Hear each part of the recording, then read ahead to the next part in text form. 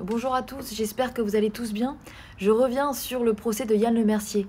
Pour ceux qui ont suivi mes différentes publications, vous le savez, Yann Lemercier, c'est cet individu qui gravite autour du dossier Tariq Ramadan, issu de la mouvance d'ultra-droite, qui a harcelé et cyberharcelé de nombreux protagonistes de cette affaire, notamment moi, mais aussi bien sûr Tariq Ramadan, l'une des plaignantes, et d'autres personnes, par exemple une militante des Gilets jaunes ou encore un avocat.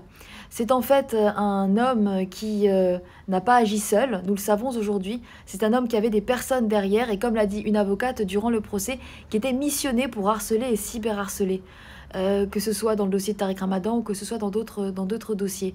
Il y a des personnes derrière Yann Lemercier et c'est ceci aujourd'hui que nous voulons trouver, que nous demandons à la justice d'enquêter parce que finalement un homme avec sa violence psychologique, parce que c'est un homme violent, a été utilisé pour nuire et ça aurait pu mener au plus grand des passages à l'acte. Parce que la psychologue qui a vu Yann Lemercier en prison le dit en ces termes, bien qu'il n'ait aucun trouble psychologique, il a des traits paranoïaques, ce qui fait qu'il est responsable de ses actes, mais qu'on ne peut pas poser avec certitude qu'il n'y aurait pas de passage à l'acte. Et donc pour moi, c'est un homme dangereux qui a fait des menaces de mort et qui s'est en plus déplacé jusqu'à Genève lors d'un procès, sachant qu'il y avait Tariq Ramadan alors qu'il avait l'interdiction de l'approcher. Il savait que j'y étais aussi, il avait l'interdiction de m'approcher et il a dépassé toutes les limites. D'ailleurs, pendant le procès, il n'a montré aucun regret.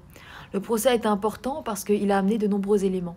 Il a explicitement dit que quelqu'un lui donnait des informations et des éléments du dossier d'instruction de Tariq Ramadan avec comme but de les utiliser pour nuire. Qui lui a donné ces éléments et pourquoi ?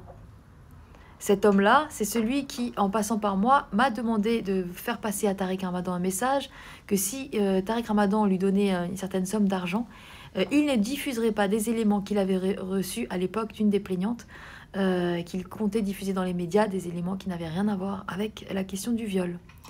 C'est aussi cet homme-là dont certains audios ont été diffusés où il discute avec une des plaignantes dans de nombreux échanges vocaux et où ils sont en train finalement de discuter, de dénigrer, de parler avec des mots violents d'autres plaignantes ou d'autres protagonistes de ce dossier.